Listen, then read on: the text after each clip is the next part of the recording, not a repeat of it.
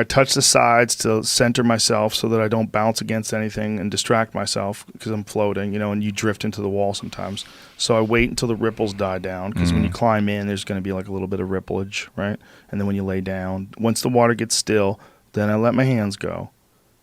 And then I just think about breathing. And I'm not a wizard at this, right? It goes in and out. I think about, I forgot to call that guy. I got to send that email. I got to book. I got to put that on my calendar. I keep forgetting.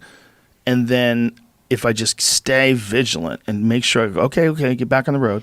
And the road is thinking only of the breathing, only of the in and the out, and the in and the out. I visualize air coming in and out of my lungs, and just that alone, while lying in the tank, will put me in a trance.